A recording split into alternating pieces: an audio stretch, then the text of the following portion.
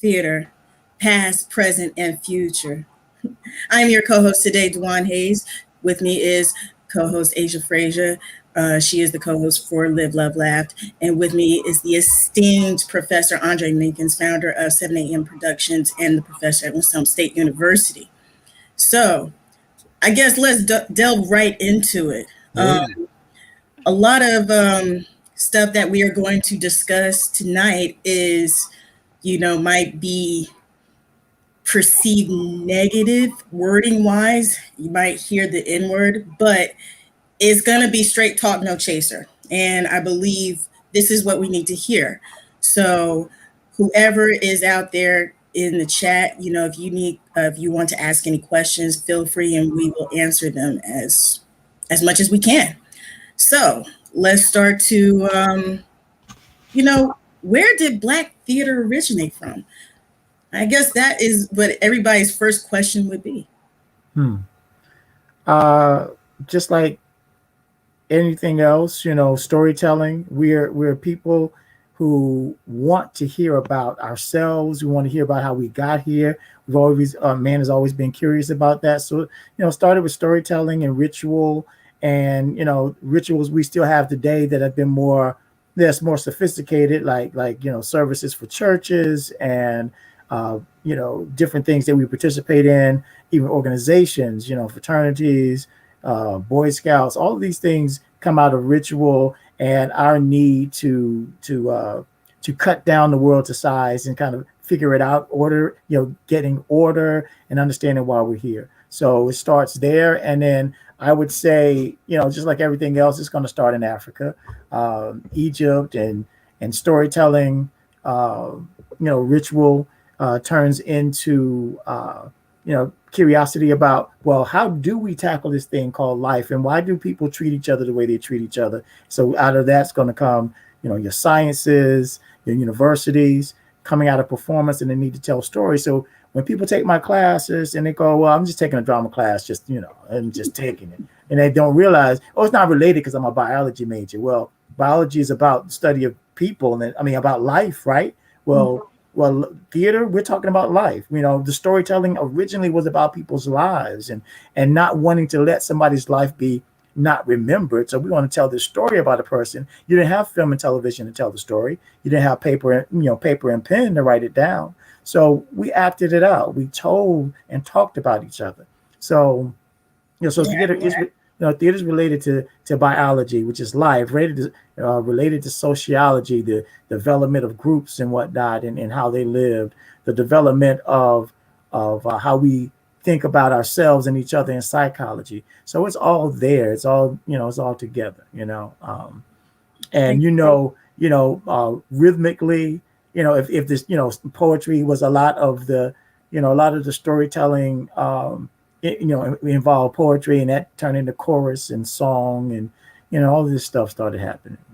So I guess we'll start with the first part of this segment, which is dealing with the past. A lot of the theater was, especially Black theater, like what you were saying, rituals. It was a lot about spoken word, but when it originated from, like, when you can actually put it down to paper, because when you're dealing with Black theater, and this is going off opinion, and correct me if I'm wrong, okay? You're dealing with slavery, and then the spirituals through song. And the 1900s, we get into minstrelsy. But that was when, white people put the blackface on. So, that's when we get a little bit into, like, what was copied, copied as far as what they thought we was doing. So when you put the blackface on, and in the early 1900s. So, can we talk a little bit about minstrelsy, and then how we basically got out of that? Well, let's go a little bit further back to discuss the fact that before minstrelsy, we were doing theater. We were doing, the Shakespearean plays, these groups. We formed our groups, the ones who wanted to do more and to emulate our our owners, our slave owners. But prior to that, in Africa, of course, we were telling stories, and we had, on the continent, we had, different, different people had different ways of expressing themselves, but they all did some form of expression via dance, music, and storytelling. And then by the time we came over here, we were such a curious people to them. Here we are, supposedly non-people, but we taught them how to grow everything. We taught them how to live, how to wash themselves. We taught them so many things that it was like, and then to the way we were treated and given nothing, but every time we were given nothing, a little bit of nothing, we come out and we make something out of it. How do they make that out of that? Wow. What? So this is how minstrelsy came about. They were watching this man do a little dance while he was working, and his white guy got the idea and it was like, oh yeah, so he emulated the dance in the song, and that becomes, jumping Jim Crow. This is how we get Jim Crow out of this whole notion that these black people, he is working, he's a slave, but he still has something to dance about. I mean, so a lot of this, and then the masks that we have to put on, that we had to wear in front of the massa when we didn't feel like doing it. Talking about, you can't just call in and say, I ain't coming to work today. No, that wasn't an option. So putting on masks was something that we did, and then telling the stories of our homeland, the ones that could remember, the ones who would come to pass those stories on.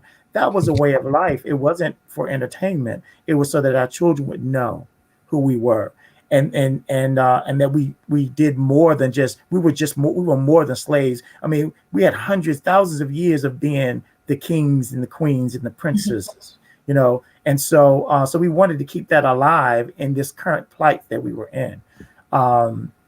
So in a relatively short period of time, way too long, obviously, but a short period of time of our existence. So this jumping Jim Crow thing became a thing.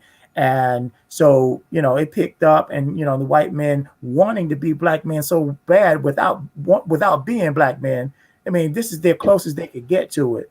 And, the talent that was there. And then we became a part of it because the entertainment world is alluring, and you want to do it in a way where they wouldn't let you do it without the blackface after a while, because it became such a commodity, it became such a thing.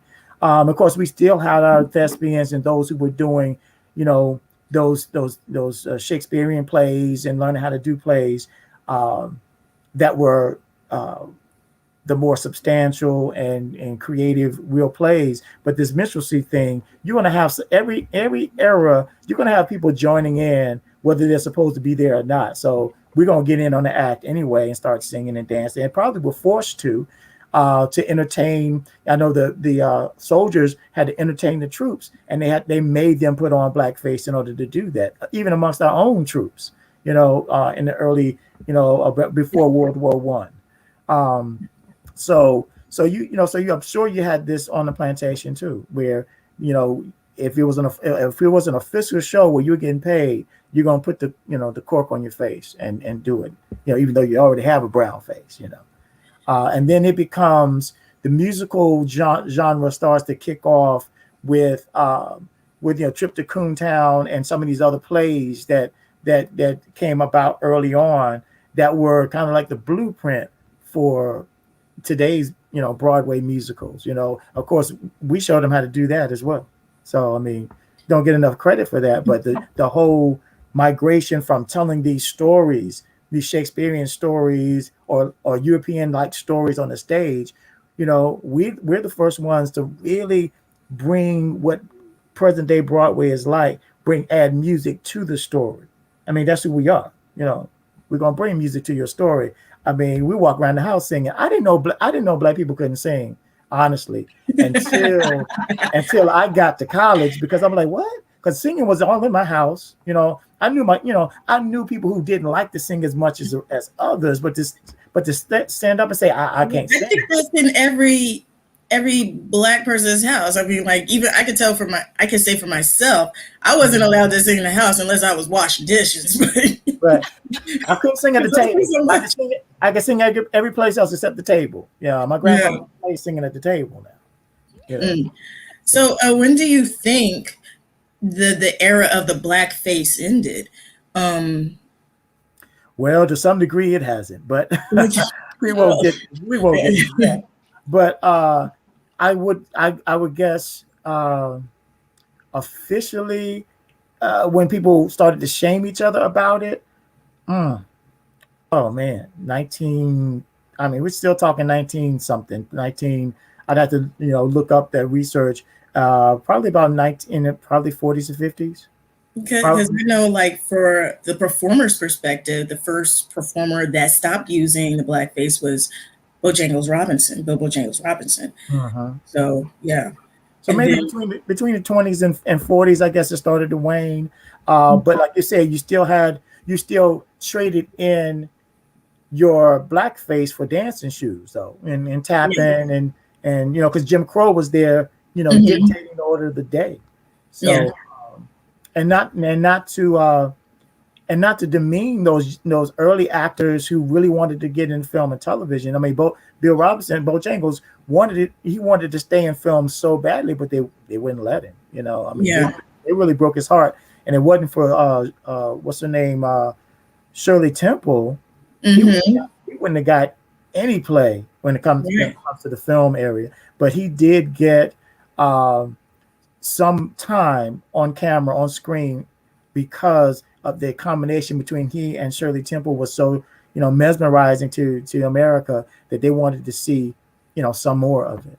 So. But he, we have to give him much respect, because like he and even Lena Horne did one of the most amazing movies I've ever saw, was Stormy Weather, which at that time like brought so many like performers to the forefront. The Nicholas brothers, Lena Horne, Cab Calloway, Fats Waller. You had all these performers at the peak of their era that was in one movie at the same time, and it was just amazing, you know. And then you had A Captain in the Sky. So, much respect to him. Yeah, and I just saw a documentary recently of where Lena Horne, they were talking about how Lena Horne, she was in a couple of films early on, but in the South, they threatened to pull a movie if she had a song, if she had a solo. So they had to bring other people, white women, in to play other black women, in some of these pieces. And then she eventually got to the point where, doing film, what for?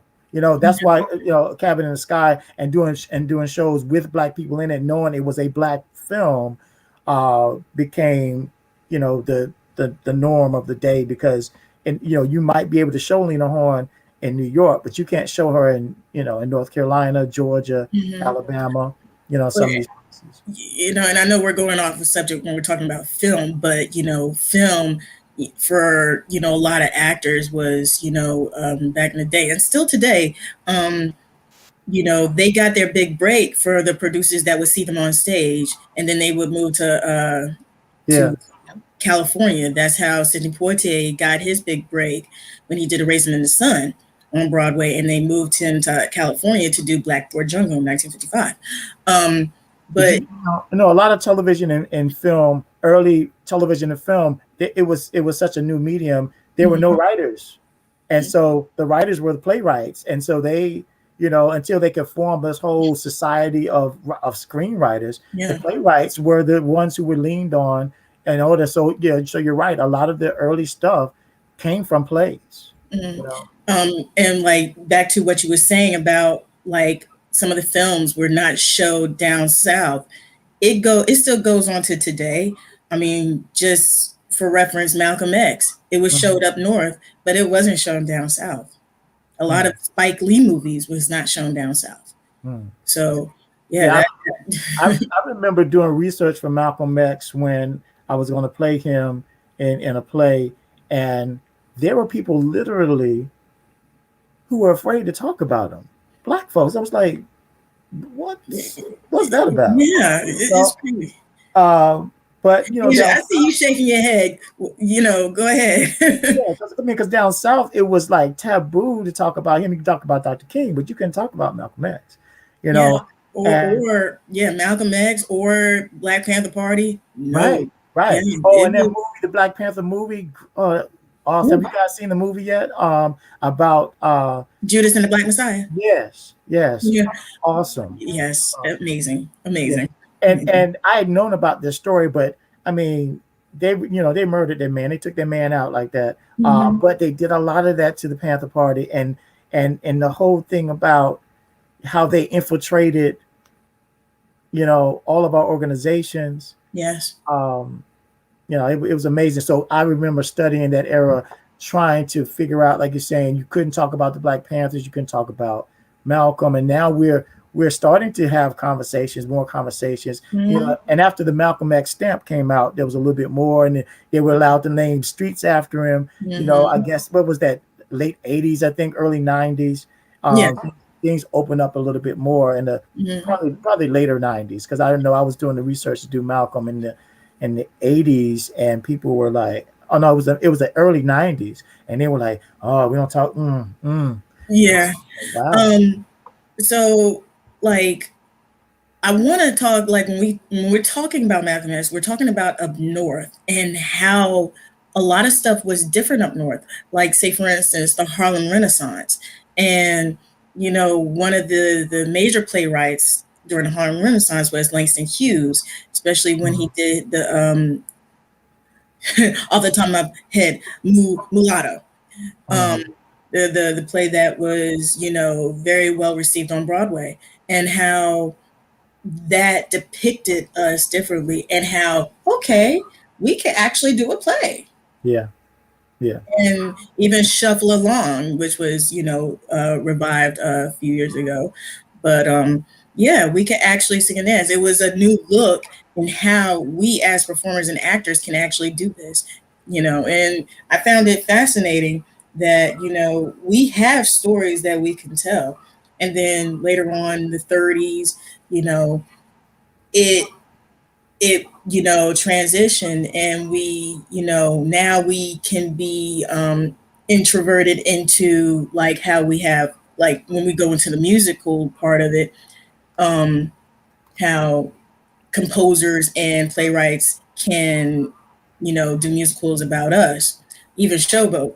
And Showboat to me is interesting because if you talk about that musical Showboat and how it was originally done, the the first song, it is crazy because they revived it like I think about 4 or 5 times, and they had to change the first word of the song, Mhm. Yeah. and it is the N word. So because it's, Mhm. excuse me for saying this, niggers all work, and then the next time they revived it, it was coloreds all work, and then the next time they revived it was people all work. So what my question is, why they kept on reviving it? When they revived it, they kept on changing the name. Do you think it should have stayed in its original form to keep to what the composer wanted, or to change it to respect us in a certain fashion? I want to say this with all respect. Uh, they should never have revived it in the first place. Okay, there are enough Black playwrights out here that we don't have to rely on somebody writing about us so that we can portray us.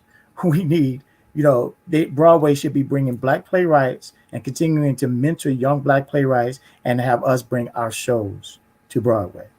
Hmm. Let's stop revising. I mean, we are not writing any of these things. You know, they write it for us. That day should be over. Let us write our own plays. I mean, people will be outdone if we wrote plays about them and told them, okay, here's how you play you, and it's, and not that we can't write plays about general society. It doesn't have to be a Black play, but if you're going to do that, let's think about it. If theater is about empathy, let's step into somebody's shoes and say, oh no, I would want them to do that to me. I wouldn't want them to write about me and me tell you how to play you.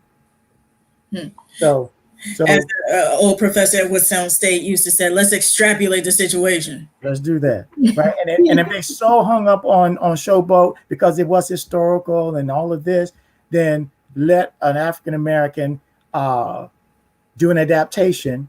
We adapt everybody else, Shakespeare, everybody. So let us do an adaptation of it. If you just have to have it so badly, and let us write about how we would have wanted to see us portrayed, and rewrite these songs and everything else. Because I mean, that's not our music. We've made it our music, but it's not. And I'm sorry if y'all love the show. I'm sorry, but no. yeah. Asia, do you like the show? Of course I like the show. Just speak up, sweetie. I can't hear you. Can you guys hear me now? Yes. Okay, sorry, I don't know why it's going out, but yes, I love the show. So And of course, hey, like I said, people do. But when they when they feed us certain food, we're gonna like certain food very until true. we decide that that we have a taste for something else. And I feel like I would love to see something else. Like you said, everything is being revised and it shouldn't. I would like to see everything out of it being authentic from the start. Mhm. How is it if a black person would have done it? Because there's a Right. lot of things that I'm being fed, and I think, like you said, oh, I think it's great. But what Hmm. I don't know any better. So of Yeah. course I'm gonna think it's great. Yeah. Yeah. And historically, because I love history, I get chills when he sings "Old Man River." But if we're talking politically, if we're talking equity, and we're talking evening the playing field and all of that, then I have to go against my what I'm feeling nostalgic about, and use my head and go, that's not us. That's not us. So when we go into the 40s through, I want to say the 40s to basically the 40s and 60s, because 70s is a whole nother story. Yeah, Um, 59, Raising in the yeah. Sun brought us, the cachet, the awards, Mhm. people going from stage to becoming movie stars and iconic actors from Raising in the Sun 59. So we didn't have to go too far, but like you're saying, something else was happening because the whole country was moving and art was shaping itself in a way that shaped life, and life was shaping the art. So the Mhm. 60s was very different. And I think the plays changed too, because like with the playwrights and it being black playwrights, they showed how the black community was, and how you like even a Raisin from the Sun, moving from the projects into a regular community, but moving to a white community, and how that can be. I mean that's just from one story, but how the struggle can be. Mm-hmm. Um, and and when you delve into the 60s from the business point from of theater, how all these black repertory companies popped up all of a sudden. Well, you had Negro Ensemble Company, several companies that Lafayette Players, a lot of different companies that didn't just pop up in the 60s, but they were, some of these companies were already in existence, and then just reformed itself, realigned themselves for some of the companies. Some of the companies that did pop up in the 60s, really began to do some things, and to end up on Broadway for limited runs, but at least the presence was there, the interest was there, and then of course we had the 70s where things kind of I vaguely remember how when you're talking about bell bottoms and afros, and people trying to do their thing, right on, right on. Yeah. You I know, mean, the spoken word changed. I mean, you had the Harlem Renaissance, but then the spoken word changed to the revolution will not be televised and all that. yeah, right, So, right. There was some great work, and I've recently looked at a Black theater database, and there's so many plays that were done, and because we're talking about now in communities, we're starting, colleges, college theaters are where a lot of your stars came out of, beyond the ones who were coming off of Broadway.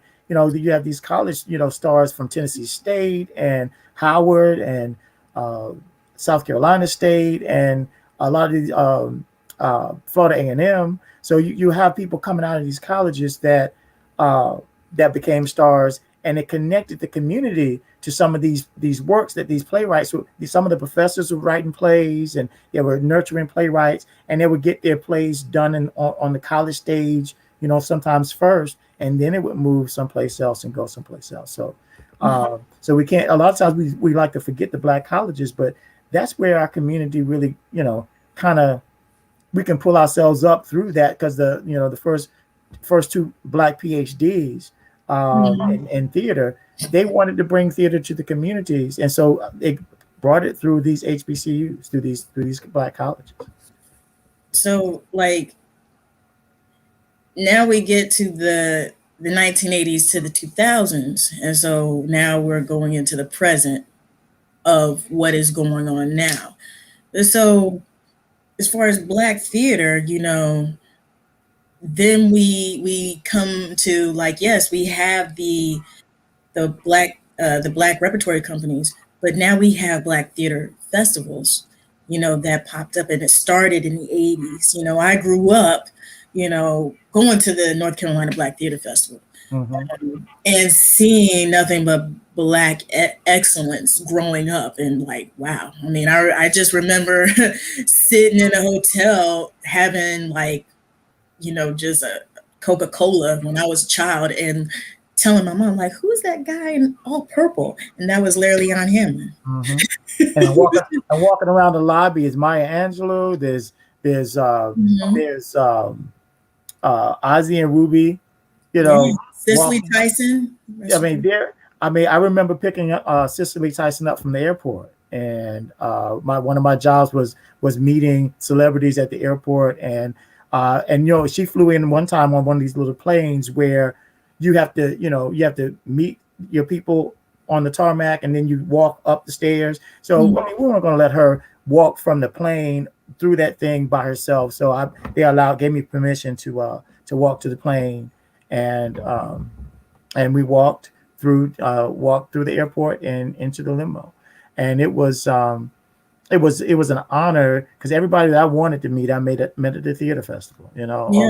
August Wilson, Oprah, Denzel. I mean, they all came through. Antonio Fargas, Negro Ensemble players. I mean, you're talking about all of these Black theater company giants.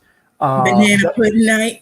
Yeah, and Douglas Turner Ward, bless his soul, that passed away recently. Got a chance to meet all those guys, but I was so, after reading about them in these Black theater history books, Woody King and all of these, Felicia Rashad, meeting all these folks that you can only like, wow, I'm really standing around, and I was really too young to know how to. Malcolm Jamal Warner, he would always come. Right. And in the lobby, you can talk, and just have just chop it up with anybody. Just talk about life. Lou Gossett. Louis Gossett, he did a master class, I remember, and I was there early, and he was like, "Hey, girl, how you doing? Sit by me." I'm like, "Are you sure that's okay?" He's like, "Yeah." Okay. And I felt so awkward because I was just sitting next to him, and John Amos, and that's the thing about the festival, and it being in the South. I think the advantage of it being in the South is that the Southern hospitality. We had to remind people about, some people who had grown up in the South. We have to remind them that was still there, still a thing. And for those who had never encountered it before, they were like, "What's this? Do we need our agent? Do we need our bodyguards?" We're like, "No, just come on down. We got you. We create. We had a security force. We have a security force that walks around. We had, but it wasn't that kind of party. It was like, you are our ancestor in the arts, and we're going to honor you. And the whole city is already, they're already prepped. We already know how to do this thing. And those that don't, they're learning, and they want to do it. They want to try. So it's a learning experience. I mean, my first professional show was for the National Black Theater Festival, Mahalia Queen of Gospel, and who directed me was Mabel Robinson. Yeah. And she was in The Wiz. She was in Cotton Comes to Harlem, and she was Alvin Ailey. And she was at the Trained. School of the Arts all those Yeah, years. You know. and I mean, this woman was of age, and she's showing us how to do kicks like this, and I'm just like dropping my jaw, like, "Are you serious right now?" But she taught me true professionalism, as far as you get the moves, and the next day, if you don't get it, you can be fired. So it was like, What a blessing to have somebody like that in your community. That's what I'm saying. yes, The college, and she was at a college. She was at a university. So we get all these things in our communities. If we have this duality where we're saying, yeah, there's professional things going on, there's regional theater, but our community doesn't work that way.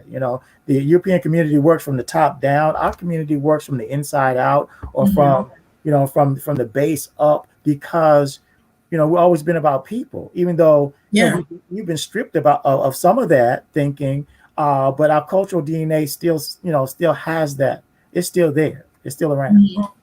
I did want to. I did forget to ask this one question. So we're going to reverse for real quick. Tell me about the brown paper bag issue. From what I know, because I didn't, I just missed that period. But from what I know, you have, if you were lighter than the paper bag, then you could pass through on some of these parties and some of the things. Because I mean, even we were brainwashed about what really was, because I came from a family that we didn't have this discussion, because we have light-skinned women, almost white-looking women, black women, marrying very, very dark-skinned men. So we came out all colors. In fact, my mother's brothers and sisters, they're 2 light-skinned, 2 brown-skinned, 2 dark-skinned. Same family, same mother and father. And so, so we had 3 generations of that, of light-skinned women marrying dark, very dark. I mean, my father, extremely dark, beautiful black dark, So there's 3 generations of that in my family. And, and so that wasn't a major issue. We didn't have, I'm sure the cousins, my mom's cousins, I'm sure they might be able to speak to a time where there may have been, a teasing here or there, but it wasn't overt. And those societies, we just, we didn't do that, we just didn't. But I'm sure, but I understand, like the play Stick Fly mentions that, the father of the family is still a little, he's still a little, upset about the fact how he was treated as a young man, that, he couldn't be seen in high society, even if you were a doctor, a black doctor. If your color was darker than that paper bag, you may not get into the higher echelon of colored community or Negro community. So, and then because that's the way the Europeans treated us, that's the way our Caucasian cousins treated us that way. That you separate them by that, by doing that.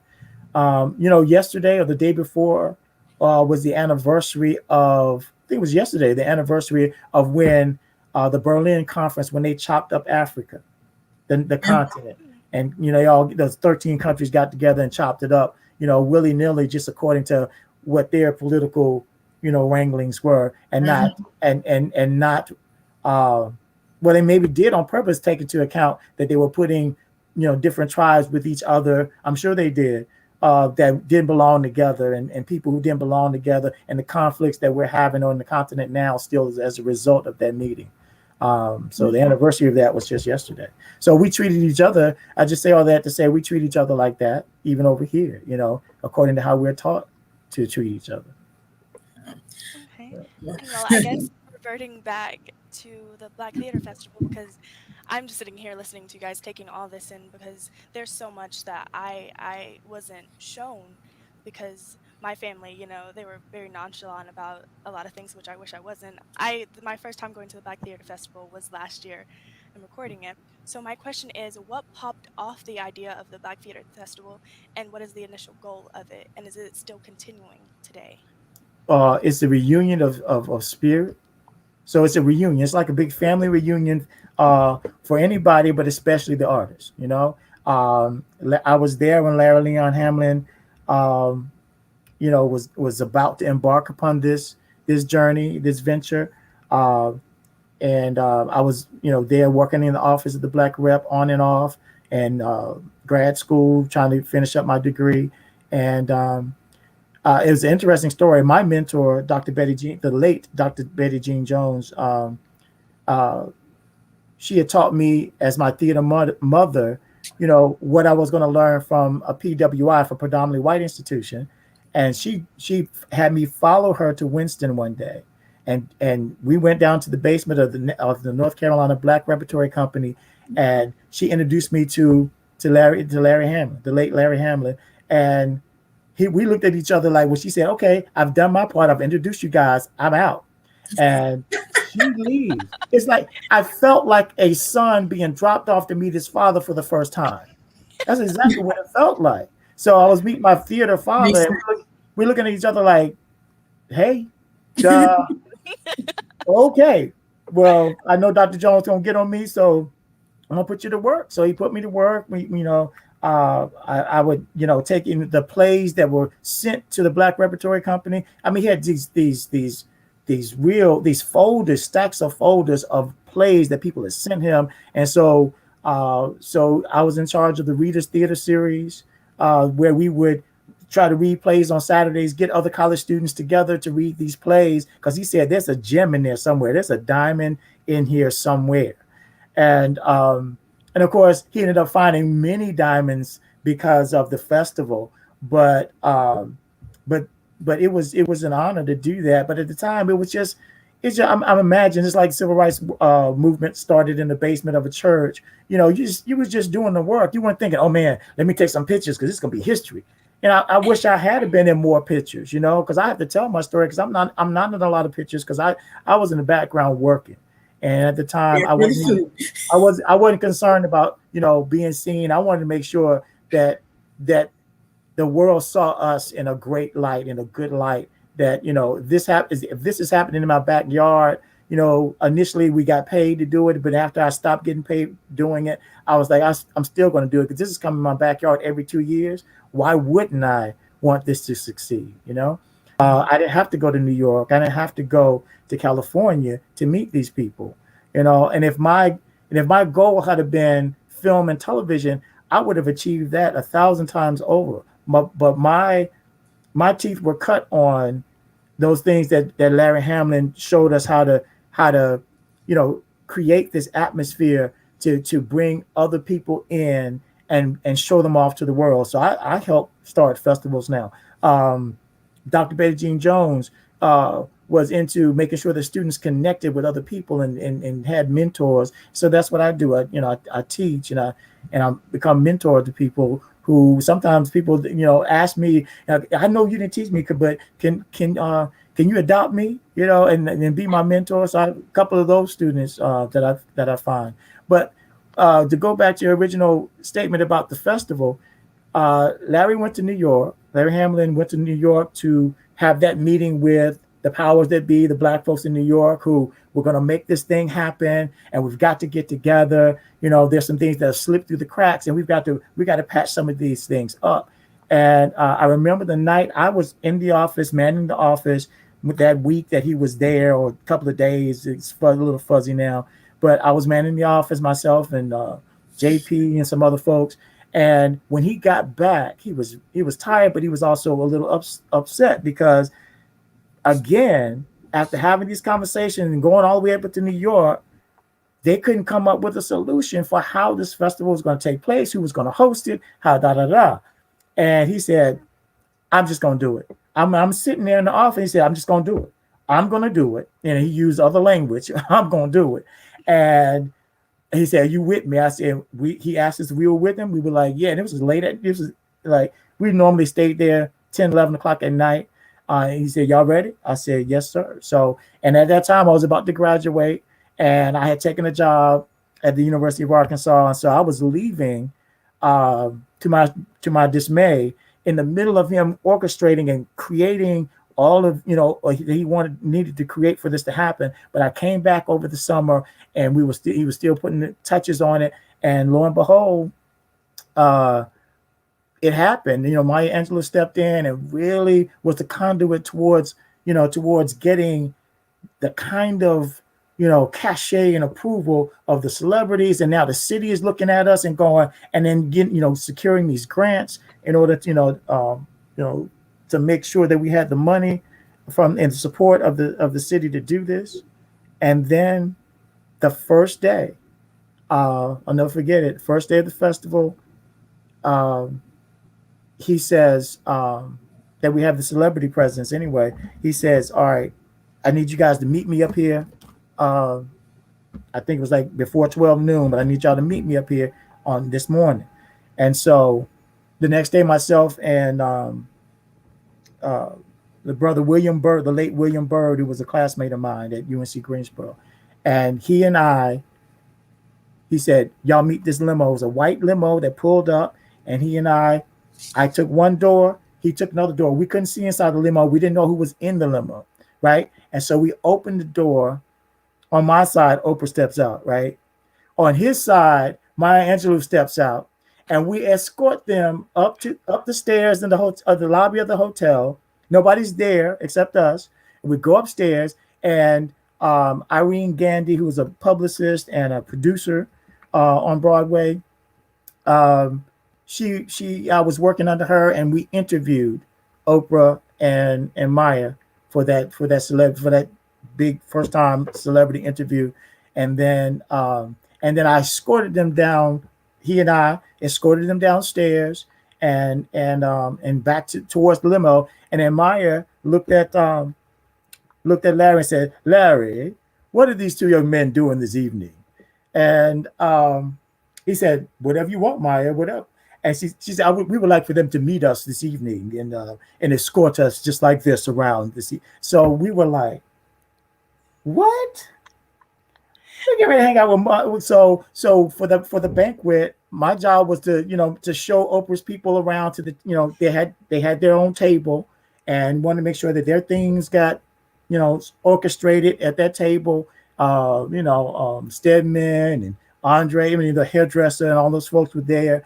I didn't know who I was looking at. I recognized Stedman, and so we were tucked away. And then at the banquet happens. Everybody's all excited, and then Larry's up on the dais, and I grew up in church, and so when your mama give you the side eye, you got to move. You got to go. She needs you to come up to the choir loft and say something. Or she's saying something like, "Stop moving while I'm up here." Right. So Larry gave me the look, and I was like, "Okay." So I went, and he said, "Look, I'm gonna get Oprah out here before, because we got to take her she got to go to the play. I need you to walk her to the limo." So at the time, the dais had a real steep set of stairs in the back. And so I walked, so I meet her at the top of the stairs, and she said, "Don't let me fall down these stairs." I said, I got you. So we walked down the stairs through the kitchen, and they, Black folks were working in the kitchen then, right? And they were eating food better than we had out there at the banquet, trust me. And Oprah was saying, she was like, "We should have ate back here. We should have ate what y'all eating, because that was that food that we got at the banquet that first couple of times." So I escort her through the lobby of the Benton Convention Center, and everybody was inside the in the banquet, and we had a chance to take a break, walk her to the limo so she wouldn't get mobbed after the banquet. We got stopped one time by a lady who said, "Oprah, please sign this autograph because I'm your white cousin." And Oprah, she fell out. She said, "I got to sign your autograph now." So that happened, and then we did the show. That show, I believe it was Cope. Again, like details are fuzzy, but the first show that Don't Bother Me, I think it was. Yeah. But it may have been something else. So anyway, so I'm sitting between Maya and Oprah watching the show, right? And I'm going, how did this happen? Now, had I been like I try to get my students to be, more of a networker, that'd been a spot for life. I want to be between Maya and Oprah for life. Let me make something happen. But I wasn't that kind of I wasn't that kind of open guy. Again, like I said, I'm in the background kind of guy. Even though I'm a trained actor, director, singer, I'm still really shy when it comes to like everyday life kind of thing. So, um, but that was good. It was a good day for me, especially because then after the show, I escort Oprah over and meet her over at the hotel, and then we had the little draping off where people can come and watch and see, hey Oprah, and walk by, But it was dancing going on, and she wanted to dance. But at the time, Stedman was like, he's home. He wanted to be with his people. And she wanted to dance, and he wanted to be with peeps, and so he wasn't paying as much attention that boyfriends could be sometimes, especially that early on. Um, and so it was time to go because it was a little awkward that first celebrity kind of like, look at us. Now they still have a roped off area, but it's more a situation where people are dancing and they talk to each other. But we were just sitting there. I didn't know what to say. We're sitting there and people walking by. Well, hey, good. I think they're having. I know they're having a festival this year. Yeah. Are they having it? Because I know with the pandemic and all. Oh yeah, they announced the dates. I got an email last week, I think it was. They announced dates and everything. But I think some of the realities of what August may look like, they are preparing for. I mean, they have a great group of people, prepping. The transformation, from that first couple of festivals with, Larry and those of us who were a part of that volunteer staff and then paid staff. But there's always been people emerging, stepping up when people, stepped away. I stepped away full time from it so that I could teach and start my career, and others did. But people have always picked up the mantle because it was more than just about them. It's more than just about us. It was about all of us. Because when you see people who are in Hollywood and New York, getting a chance to talk to each other without being uptight about agents and managers and that stuff that the European structure tries to get us to buy into. Oh, you're important and you're more important than this person, and since you're on the contract here, you can't talk to that person, because that's what Lena Horne was saying. They tried to get her not to talk to the other black actors, and not interact with each other. I mean, they were doing that then. They're still doing that now to some degree, where there shouldn't be a black director or actor that has so much on their plate that it's like, I got 15 movies to shoot. So why aren't they being doled out to other directors? Because there's plenty of directors out there. Right. There's a lot of us out here that can direct and do everything that the people in Hollywood can do with the same clarity, with the same. I'm talking about the trained folks. I'm not talking to people who say, "Oh, I'm a director," and you've never been anywhere. You're the director of the church play. Nothing against church plays, but that's not Broadway. Right? You see what I'm saying?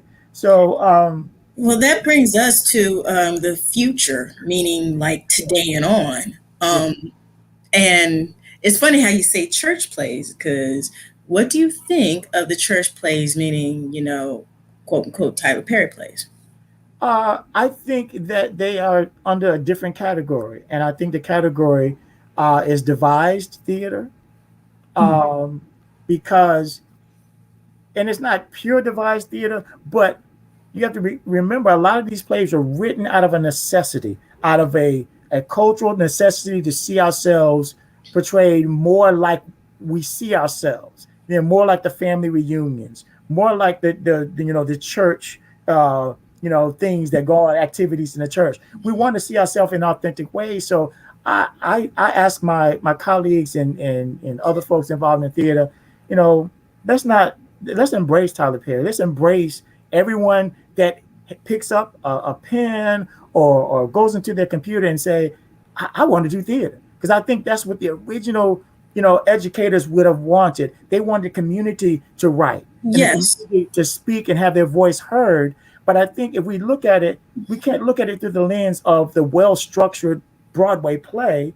We have to look at it through the lens of devised theater, because we are writing culturally to satisfy a cultural need. We're writing those characters.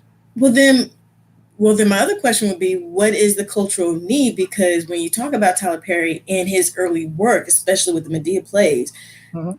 most of the um, most of the characters, as far as with the women he was depicting and writing about, was not the typical strong Black women.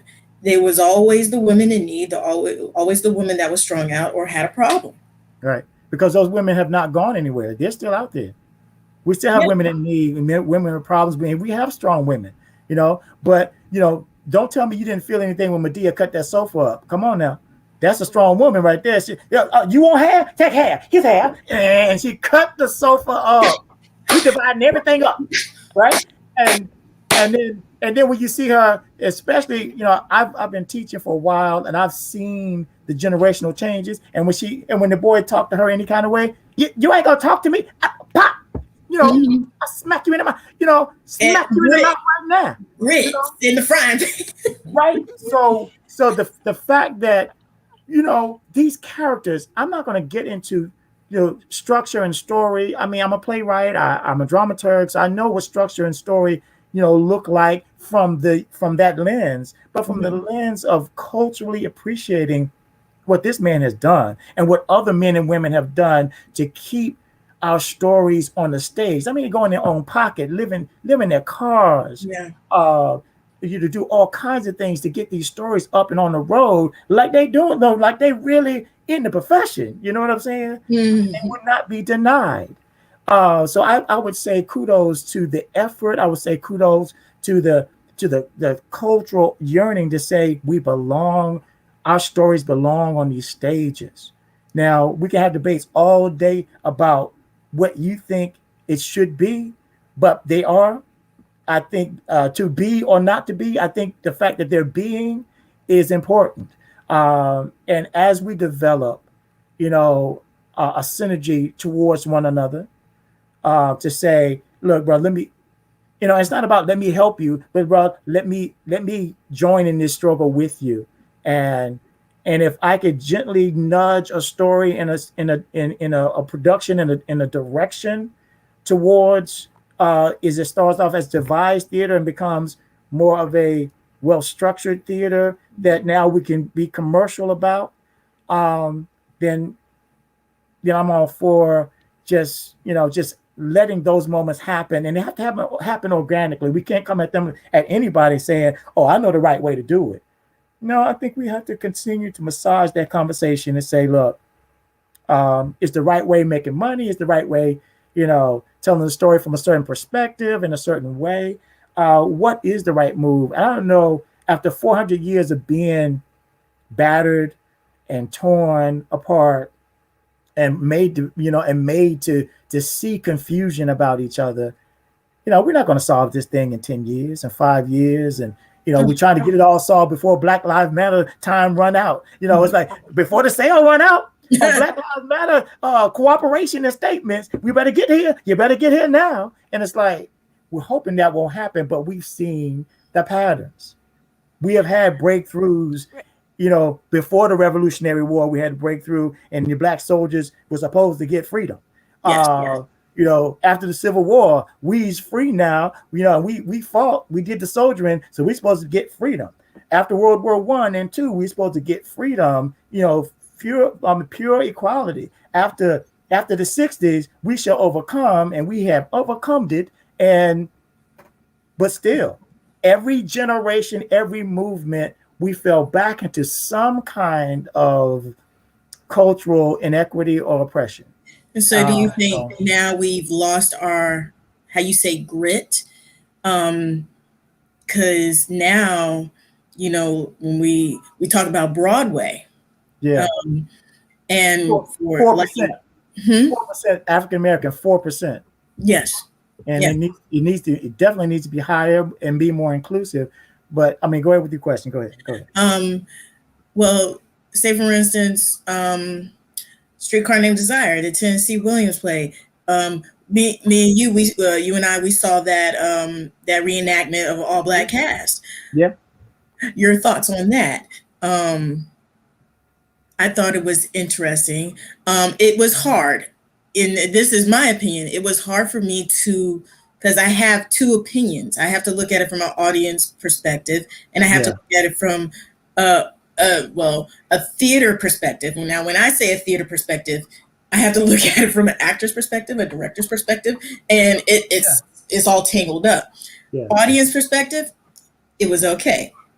Theater perspective, why?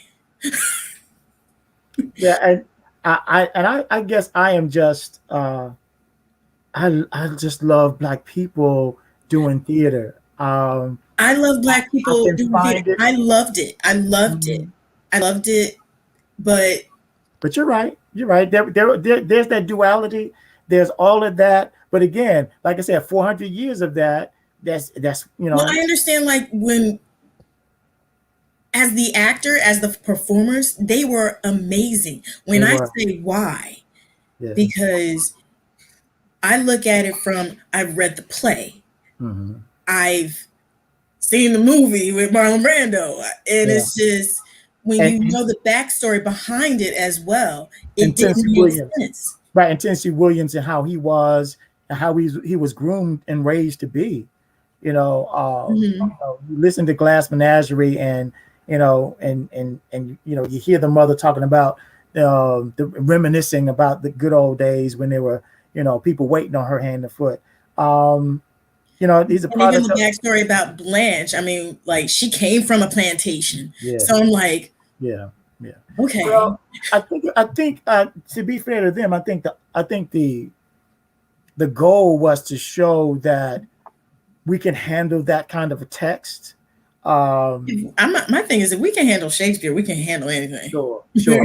And at the time, Tennessee Williams, I mean, still some circles, Tennessee Williams is like he's like the Shakespeare of America, in that sense, where he was the playwright who TV, kicked off, Yeah. its broadcast, dollars with, and advertising with Streetcar as one of the early TV movies, So he was wildly popular. So people have to realize he was wildly popular. His plays where he was the man, So Tennessee Williams, Arthur Miller, they were larger than life. Yeah.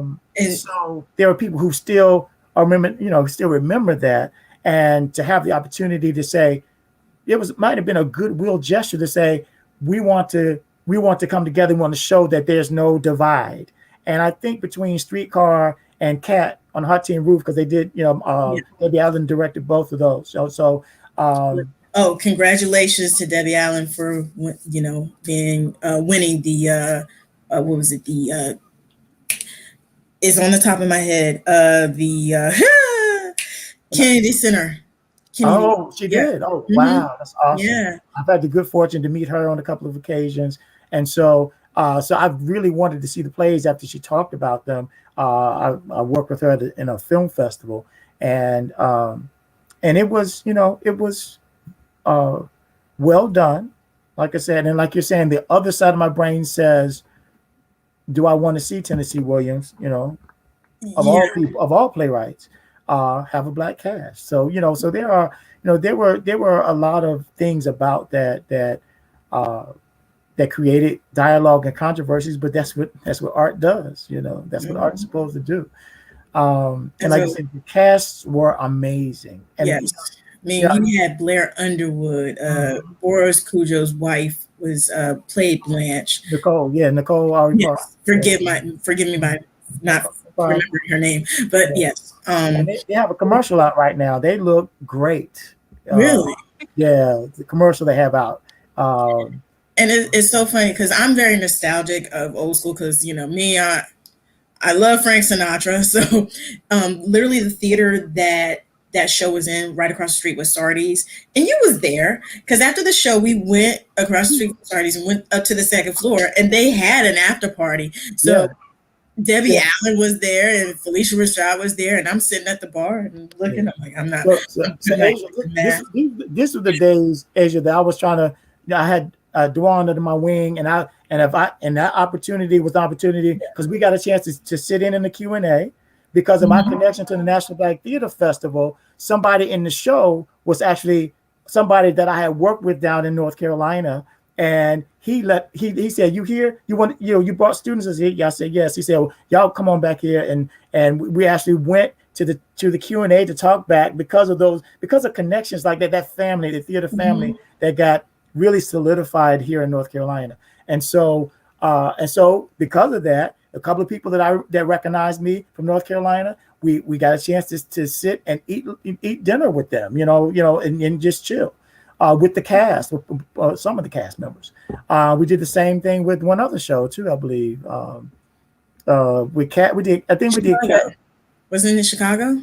It wasn't one of these other shows, but it was it was amazing to me how when you connect with these actors, these stars, when you connect with them, they're real people. They're like us, and and of course, we can talk about the Black codes and the Black experiences that we have, no matter what our levels of expertise or salaries are, or status on or off Broadway, or television and film. We all have similar stories, and we've been finding this out in Black Lives Matter after conferences and Zooms and organizations that have been created out of the need to continue the dialogue. And I certainly hope that this dialogue does continue. Yeah. Go ahead, Aisha. I just wanted to say, you guys just amaze me. I love just listening. I know I'm forgetting I'm a part of the show. I'm like, oh my God, I need to talk. I'm just soaking up all this information. But I think it's amazing how you met. Like you said, you didn't have to go to California or New York to meet all these people. Right. And my generation, we think we have to go to New York. We have to go to California. We have to go to get exposure. And I just love how all this was just right here across the street. Because a lot of people think North Carolina doesn't have anything. They're like, oh, we got to get out of here. No. And it's like, that's what my generation thinks. I'm telling you, it's nothing's here. But literally just sitting and listening, it's just like, wow. Yeah. I mean, you could literally have workshops every 2 years with people who you have read about and whose names you know, and some names you don't know. But when they say, I've been working with Phantom of the Opera for 30 years, you go, oh, you somebody, I guess I need to, so people who want to learn how to do makeup better, who want to be connected with the upper echelon of that pinnacle that's been created by the European community to say Broadway is the standard, is it. Well, while they're including that, let's include us and continue to strive towards at least connecting. And even if you don't stay in New York, you can add what that expertise has shown you to what you do here locally. And that's what a lot of people have done. I've talked to a lot of people, those of us who considered ourselves on the outside, because we were the younger generation of that festival then, and we were like, there's nothing for us to do. What do you want us to do? How do we get in on this? You guys known each other from back in the day in the 70s movies and the plays that got started in the 60s. So how do we fit into this now? And some of us were able to parlay that into the career that they may not have had in its fullest extent had it not been for the theater festival. I certainly felt satisfied and didn't feel the need to do anything more than what I was doing, but doing it with more earnestness and with more of a outreach, outpouring, taking people who I knew really loved theater like Dewan does, and I was like, well, hey, I've adopted you. You want Salem State? Let's do this. Your mom's in Salem State. If you find yourself in town, I put students to work, at the festival, volunteering, trying to get them involved, so that because every 2 years, every 2 years you can meet the people that are the celebs that are coming. This year. Yeah. And this year we're hoping there'll be more live than not, but we definitely have to be cautious and see what the decision is going to be. There may be some virtual aspects of the theater festival this year. But, with the vaccines being promised to be, doubling the efforts, tripling the efforts to get these vaccines out, we may be able to go live in a more face-to-face way in August. But we just definitely have to plan for the other reality of it. And I'd just like to say, before Broadway shut down, the evolution of Broadway in itself, as far as with Black theater on the musical side, they started doing Black musicals that represented us and basically celebrated us. I mean, you had Motown, you had the Temptations, you had Tina. I mean, you even had Beautiful that represented the Black artists that that was a part of that era too. Um, but speaking of which, I came back up from Jersey, and like me being a card mail person, I got a ton of mail. And one of my friends is Christine Daniels. She owns an embroidery, 52nd Street Stitches. She does a lot of Broadway stuff. She sent this to me in the mail because I wanted something. Oh, wow. It's so Yeah, beautiful. That's It is awesome. so beautiful. That is awesome. Yeah. Yeah. And it's so beautiful. And like, if you want, all you got to do is go to 42ndstreetstitches.com, and she has Instagram too at 42nd Street Stitches. So yeah, just wanted to do that hashtag. That's awesome. That's awesome. Yeah. Yeah, and that's what we should be about. It's just making sure that other Black businesses, thrive and survive, because there's enough room at the table for all of us. I mean, but that culture has been created that we compete against each other and feel threatened by each other and don't trust each other. I've seen, we've had these conversations we've been having conversations all summer with different groups. I've been in different Zooms, and we are really trying to turn the corner. But we are not all alike, so we're not all going to get along. That's just not going to happen. But I think it doesn't have to happen, because other cultures don't all get along, and they still manage to build empires and wealth and working relationships, to make corporations run. And when the split happens, but people walk away with, in a lot of cases, not all cases, I'm sure, but in most cases, they walk away with something. Mm-hmm. I mean, so for our closing, this will be the end part of the future, and I think we should talk about education as far as students learning the whole essence of Black theater. And then, like, even with the pandemic going on, what can they strive for? What are their aspirations, and what are they actually learning in the schools right now, as far as to prepare them? And I know these are a lot of questions. I want to get this all in. And the difference between the PWI and the HBCUs as far as learning for the Black actor. Unfortunately, there's still a lot of PWIs. I know I sent a student to grad school at one place I won't name, but to have students in your program not have a main stage show until their second year is ridiculous, right? There's still things like that going on at the predominantly white institutions, who are the only ones giving out MFAs in acting and directing and theater MFAs. And I think that it's time that if you don't have an African American presence on your faculty or advising you somewhere, do it, right? Stop letting yourself have an out or an excuse. Well, we just don't know, and well, let's invite some of these. It's still happening. Cornell West, wasn't it he this week that tried to get tenure at Harvard and can't get it? Stuff Are you like serious? that. Yeah, stuff like that. So higher education. While I love being a college professor, I still hear horror stories. You still see evidence. You still see evidence of there being this schism where there's still not that open door that there should be in education. If you have a Black student in your grad school program and you don't have an African American professor, first of all, that shouldn't be. But if it is, make sure you have a show prepared for them to do. Or better yet, do a one person show. Create your own show. You got to think outside the box. I still say there are enough shows out there that they can employ a playwright as well, and some African American staff or technicians to help that show be what it needs to be. And I know some schools that they bring in Black directors when they don't have somebody on faculty. That's like putting a Band-Aid on the issue, but at least they're doing that much. And then when you're talking about HBCU theater, we're still alive and kicking. unfortunately, we don't get all the support we should get, because our community still doesn't think that theater, you should get a degree in theater. That it's like, why are you wasting your time with that, when it's like, you can just get a degree in anything and then go be an actor. But I beg to differ.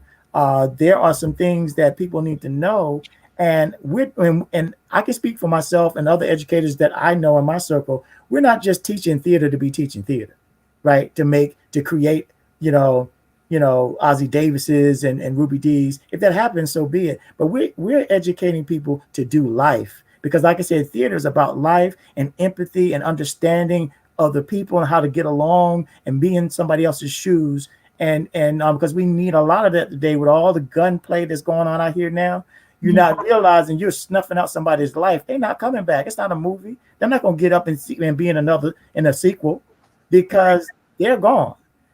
So I'm just saying, we need the empathy. We in our communities, we need, for the people who are going to be in the profession, we need them to understand. Don't run out there and just go and get into anybody's play. Just because somebody say they have a camera, that you're going out there in some back alley to shoot something, and you ain't signed a contract. You don't understand what it is. You're just excited, and everybody moving to Atlanta, everybody moving to New York. Get some guidance, get a mentor. So and that's what I'm hoping that our students see at HBCUs across the country. There's some really good theater departments out there. And then when they say, well, we don't know how to train the young Black people. Hey, there are 100 HBCUs. Call one, call two. There are theater departments. We are graduating Black theater artists every year. Well, I think one of the issues is funding and scholarships. Yeah, funding, scholarships, and the money is out there. The money hadn't gone anywhere. It's still circulating around the planet. And you see, all of a sudden, there's money coming to HBCUs, 30 million here, 50 million here. We have the Black Seed Fund now that's $5 million. So the money is out there. We just have to continue to help everybody to understand that we are here with the same kind of heart and fervor that you're out there with. I love theater just as much as any other person of any other race or any other culture. But I'm going to do theater differently, and I'm not going to set myself up for heartbreak every day. And think that I'm included in the Broadway community, right? Every day. But some days I wake up, I want to sing something from one of these shows because I feel like I'm a part of that community. I'm going to sing something from another show that's supposed to be an African American show, like Color Purple, and really kind of not. But so I'm going to do that. But I'm also going to be sober about it and understand, after all my years of being out here, that heartbreak, it's out there. It can smack you in the face so quick you don't even know what hits you. It's and the Broadway actors who quote made it and then get there and get some of that same kind of treatment, and those snide remarks here and there, those insensitive comments that are done here and there. Even from the top down, they feel it. And so I think the future of Black theater lies within its youth, within its community, and the people. And my thing is, let's not do what the European community is doing. They normally do, is they throw away the older people and say, oh, this program and this funding is for it's for the young Black actors and the young artists, young playwrights. Okay, I'm with that because they are the future. But there are some playwrights and actors who have been marginalized, who've been pushed aside, who didn't get a chance to do it in the 70s and 80s. And let's say, because we talk to 4%, that's not a lot. Right. So it's like there are those of us who still want to get funded. I mean, I got a TV show on me right now. I can pull it out right now. Give me a check. You know what I'm saying? So I got to play. So there are those of us who are closer to the end of our careers than we are at the beginning, and it's like we still deserve the funding and the go-to and the side, the side looks at, okay, oh, you didn't get your shot because of how things were run. Let's give you guys some shots. And guess what? If it fails, the first couple of times, y'all failed a couple of times too, right? There were shows that did make it to Broadway. You can't say because you give a black person one shot that I see I told you they couldn't do it. Well, there are a lot of shows you can look up the Broadway manuals. There are a lot of shows that open and close the same week, and they were allowed to make their mistakes, right? So even Long closed in less than 6 months. The Tupac musical closed in less than 4 months. Right. So I'm saying even black folks, we shouldn't do that to each other. Oh no, I don't think they know how to do it. We probably shouldn't give them a chance. They're gonna make us look bad. Let us make mistakes.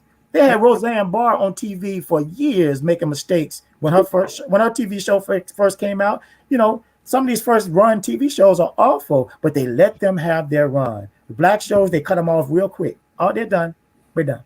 And we do it to each other too. So I'm hoping that we will give each other a chance and that we will allow ourselves to walk through some of these doors, some of this, get some of this funding. Kudos to the people who are really trying, because again, it's a difficult question. 400 years can't be solved in 50, not even 50 years, so this is still a lot of work. It's still a lot of work to do. But there are a lot of us out there that still want to do it. We still want to do the work. We still want to be on the ground floor.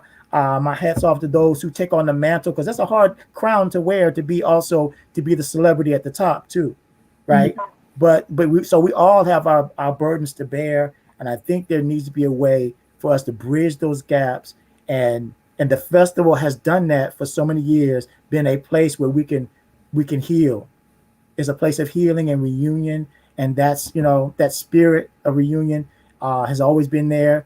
The late Larry Leon Hamlin made sure that that's what that was about, and not about grandstanding, not about saying, oh wow, we're going to celebrate you, but we're not going to say, this pedestal is here for you the whole week, and let's just not, let's everybody else just kind of walk around and go ooh and ah at you, when it really was about everybody, including the college shows that were allowed to come in and do their thing, and the shows from the theater companies that people maybe never have heard of before, but they're doing work in good work in their local areas. Wow. Well, Asia, do you have anything to say? You actually, every question that I had, you answered everything. Oh my! I'm so sorry. In order. Hey, well, you guys get me talking about the festival and talking about theater. I'm telling you, I'm passionate about this art. And we all are. That's what this is all about. Yeah, we are way over. This was supposed to be 45 minutes, but like you say, we love theater, and when we go, we go. Oh, wow. Yeah. But Professor Minkins, thank you so much. Thank you. If for anybody that wants to reach you as far as donating to your production company, how do they do that? Well, I have you can email me at aaminkins@gmail.com. Okay.